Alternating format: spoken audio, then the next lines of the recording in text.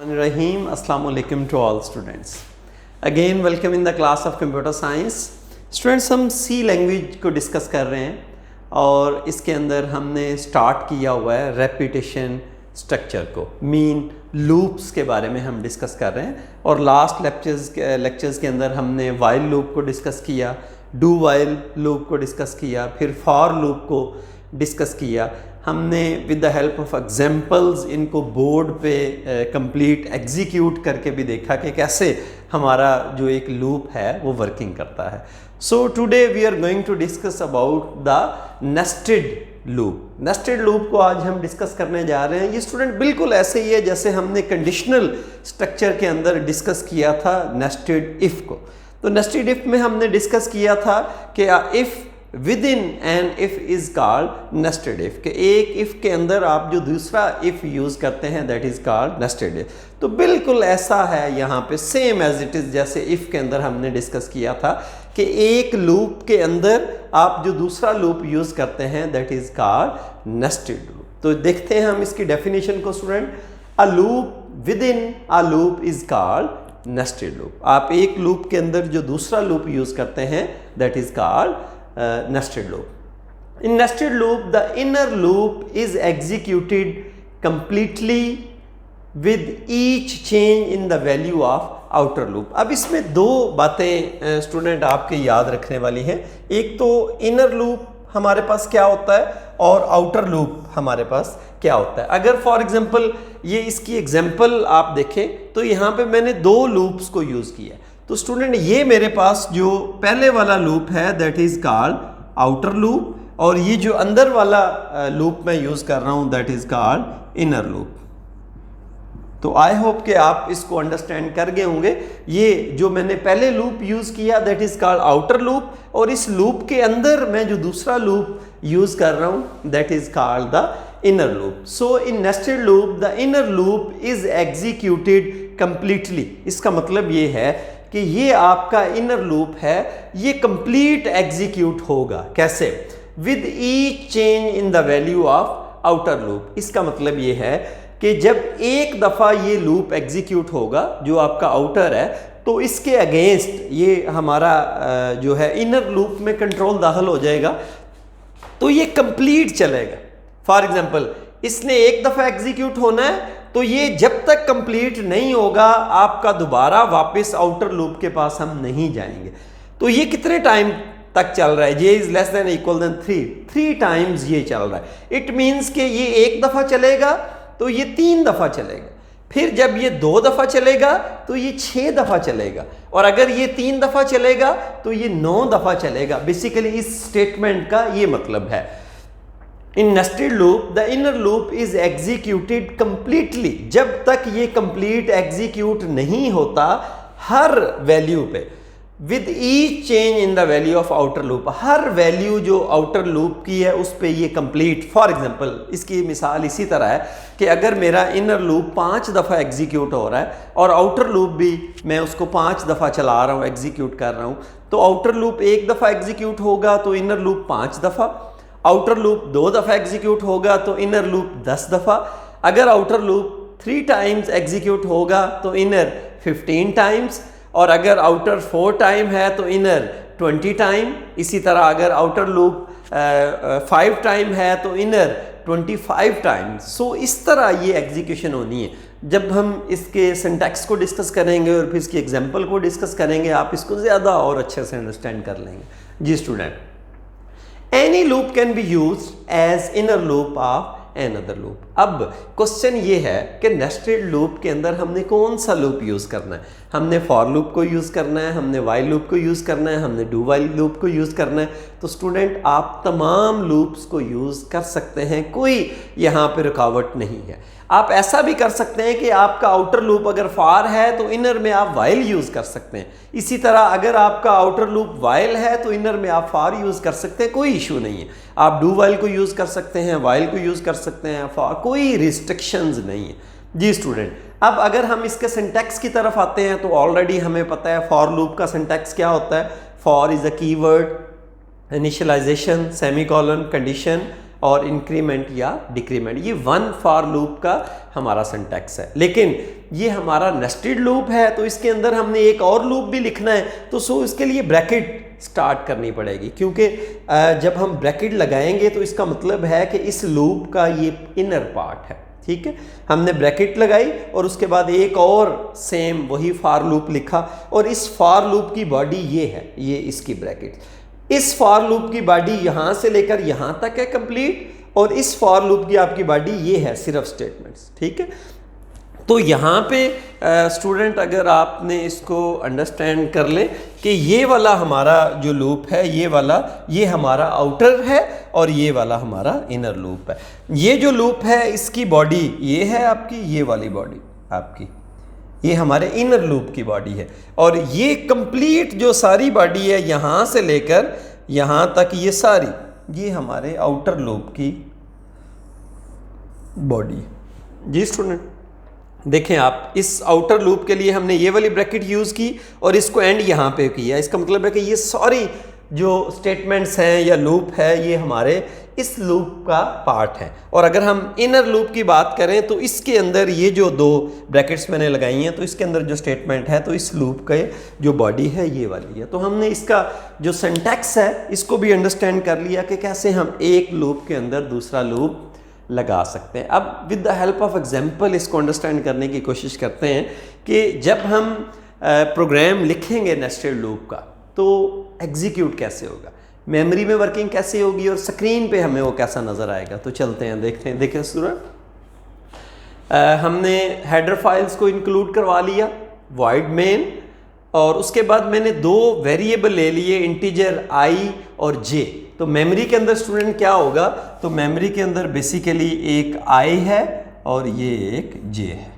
तो मेमोरी के अंदर दो वेरिएबल क्रिएट हो जाएंगे और उनको दो दो बाइट्स रिजर्व हो जाएंगी, और एक का नाम आई है और एक का नाम जे है। अभी तक स्क्रीन पे कुछ नहीं हुआ। अच्छा, उसके बाद मैंने पहला लूप यूज़ किया, for loop, i is equal to 1। I की वैल्यू स्टूडेंट यहाँ पे 1 है। तो ये हमारी इनिशियलाइजेशन है, और आपको पता है initialization just one time execute होती है। हमने जब फॉर को डिस्कस किया था तो हमने कहा था कि जो इनिशियलाइजेशन है वो जस्ट वन टाइम एग्जीक्यूट होती है। अब आप स्टूडेंट चेक करें इसकी कंडीशन, दिस इज, अब यहाँ पे है i is less than or equal than 2, i की वैल्यू है 1।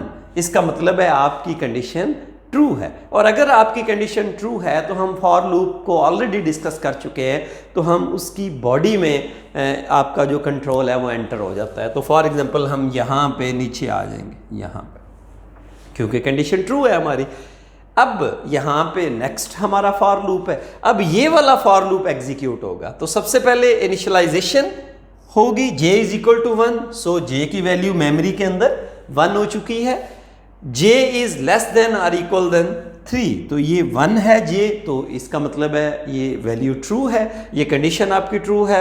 1 is less than or equal than 3 true है, तो इसका मतलब है इसकी जो स्टेटमेंट है या बॉडी है वो एग्जीक्यूट होगी। यहाँ से हम यहाँ पे आएंगे, तो क्या स्क्रीन पे प्रिंट होगा, आउटर। ये देखें डबल कोट्स के अंदर लिखा हुआ है आउटर, तो हमारी स्क्रीन पे प्रिंट होगा आउटर, और उसके बाद ये कॉलन है तो as it is colon print होगा, और उसके बाद ये वाला जो d है ये रिप्रेजेंट कर रहा है आपके i को, और ये वाला d रिप्रेजेंट कर रहा है j को। तो i की वैल्यू आपके पास स्टूडेंट 1 है, आउटर 1, और उसके बाद प्रिंट होगा इनर। ये देखें मैंने कुछ भी नहीं किया, जस्ट आउटर, आपको पता है डबल कोट्स में जो लिखते हैं वो एज इट इज प्रिंट होता है, आउटर उसके बाद कॉलन, और ये जो आपका परसेंटेज d है फॉर्मेट स्पेसिफायर, इसकी जगह i की वैल्यू प्रिंट होगी। तो i की वैल्यू 1 है आपके पास मेमोरी में, देखें i की वैल्यू 1 है, j की वैल्यू भी 1 है। उसके बाद इनर लिखा हुआ है तो एज इट इज, उसके बाद कॉलन है तो एज इट इज प्रिंट होगा ये कॉलन, और इस ये जो आपका परसेंटेज d है इसकी जगह j की वैल्यू प्रिंट होगी इनर 1। उसके बाद हमने /n लगाया हुआ है तो हम नीचे वाली लाइन पे आ जाएंगे। अब देखें ये आपकी स्टेटमेंट एक दफ़ा एग्जीक्यूट हो चुकी है, लेकिन इसके बाद हमारे पास कोई और स्टेटमेंट नहीं है, तो हम वापस कहाँ जाएंगे, तो हम यहाँ से वापस दोबारा जाएंगे ये इंक्रीमेंट पे। ये देखें j में एक इंक्रीमेंट होगा, j की वैल्यू क्या थी 1, अब j की वैल्यू स्टूडेंट क्या हो चुकी है 2। ये देखें जे प्लस प्लस का मतलब क्या है कि उसमें एक जमा कर दो। अब यहाँ से फिर कंडीशन पे हम आ गए, ठीक है। हमने ये पढ़ा है कि इसने कंप्लीट एग्जीक्यूट होना है जो इनर लूप है आपका। तो अब जे की वैल्यू 1 थी पहले, अब हो चुकी है 2, तो आप चेक करें 2 इज लेस देन और इक्वल देन 3, कंडीशन आपकी ट्रू है, ये स्टेटमेंट फिर एग्जीक्यूट होगी। लेकिन अब वैल्यू क्या होगी, देखें, outer as it is print होगा, आउटर कॉलन 1, आउटर की जगह आई की वैल्यू तो अभी तक ये देखें हमारे पास 1 ही है, वो तो चेंज नहीं हुई, लेकिन इनर की वैल्यू चेंज हो चुकी है, इनर कॉलन, क्योंकि जे की वैल्यू 2 हो चुकी है तो अब ये 2 प्रिंट होगा। स्लैश n है तो इसका मतलब है नीचे वाली लाइन पे आ जाएंगे, फिर वापस यहाँ पे जे के अंदर एक इंक्रीमेंट होगा, जे की वैल्यू क्या हो जाएगी 3। जी स्टूडेंट, अब दोबारा यहाँ पे आएंगे कंडीशन पे, तो 3 इज लेस तो नहीं है लेकिन इक्वल है, कंडीशन ट्रू है, ये फिर एग्जीक्यूट होगा, ये वाली स्टेटमेंट, आउटर 1 इनर, क्योंकि आई की वैल्यू तो अभी तक चेंज ही नहीं हुई, लेकिन जे की वैल्यू हर बार चेंज हो रही है 3। तो अब ये देखें, अभी आउटर लूप एक दफा एग्जीक्यूट हुआ है और इनर लूप 3 दफा एग्जीक्यूट हो चुका है। तो जो हमने स्टार्ट में डेफिनेशन में कहा था in nested loop, the inner loop is executed completely with each change in the value of outer loop. ये देखें, आउटर लूप की एक वैल्यू के अगेंस्ट हमारा इनर लूप 3 दफा एग्जीक्यूट हो चुका है। तो स्टूडेंट अब आप इसको अच्छे से अंडरस्टैंड कर गए होंगे।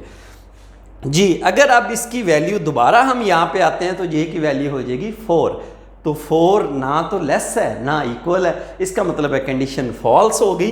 तो अब हम यहाँ से वापस कहाँ पे जाएंगे, यहाँ से अपनी इस ये जो ऊपर आउटर है हमारा लूप, वहाँ पे जाएंगे। अब इंक्रीमेंट होगी आई के अंदर, आई की वैल्यू आपके पास क्या थी पहले, ये देखिए आई है, आई की वैल्यू 1 थी, अब हो जाएगी 2, ठीक है।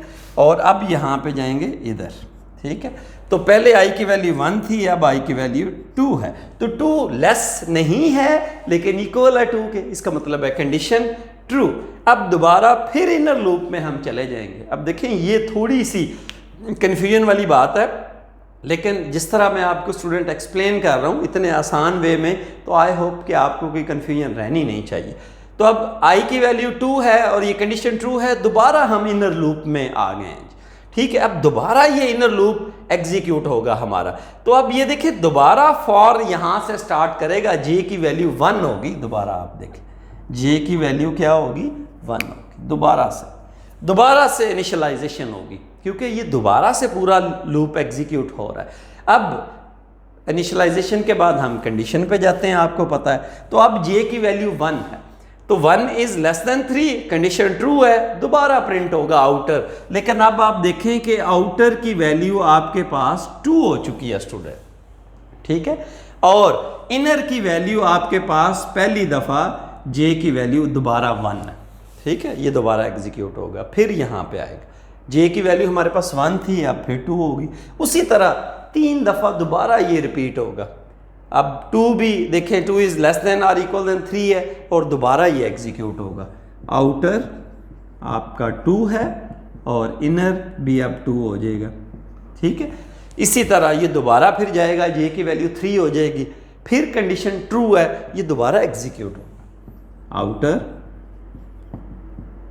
2 है और इनर आपका 3 हो चुका है। अब आप अंदाज़ा लगाएं स्टूडेंट कि आपका आउटर लूप एक दफ़ा एग्जीक्यूट हुआ और उसके अगेंस्ट आपका जो इनर लूप है 3 दफ़ा, 1 3, और ये जब आउटर लूप आपका 2 दफ़ा एग्जीक्यूट हुआ तो इनर आपका 6 टाइम एग्जीक्यूट हुआ। तो फिर अगेन मैं वापस उसी लाइन पे जाना चाह रहा हूँ कि आपको इस लाइन को अब आप अच्छे से अंडरस्टैंड कर चुके होंगे कि आपके आउटर लूप के एक दफ़ा चलने के अगेंस्ट आपका जो इनर लूप है वो कंप्लीट एग्जीक्यूट होगा। तो स्टूडेंट, ये हमारा था नेस्टेड लूप। अब नेस्टेड लूप कहाँ पे हम इसको यूज़ करते हैं और कहाँ पे इसकी वर्किंग ज़्यादा अच्छी है?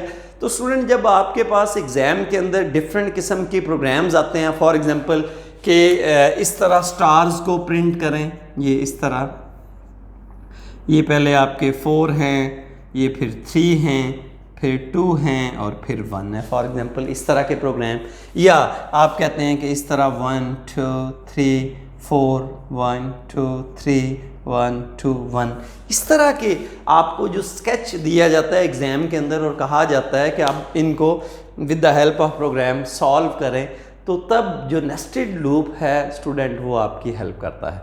तो इंशाल्लाह नेक्स्ट लेक्चर के अंदर हम इसकी डिफरेंट जो एग्जांपल हैं, जैसे हमने पहले वाइल लूप की डिफरेंट एग्जांपल्स को बोर्ड पे एग्जीक्यूट किया था, फिर हमने फॉर की डिफरेंट एग्जांपल को बोर्ड पे एग्जीक्यूट किया, जैसे हमने आज इसको नेस्टेड लूप को बोर्ड पे प्रॉपर एग्जीक्यूट किया, तो इसके डिफरेंट एग्जांपल को भी इंशाल्लाह हम नेक्स्ट लेक्चर के अंदर अगेन एग्जीक्यूट करेंगे, ताकि आप अच्छे से अंडरस्टैंड करें कि बेसिकली इनसाइड द मेमोरी और स्क्रीन पे क्या चल रहा होता है। तो इंशाल्लाह मिलते हैं नेक्स्ट लेक्चर में, तब तक के लिए अल्लाह हाफिज़, थैंक यू।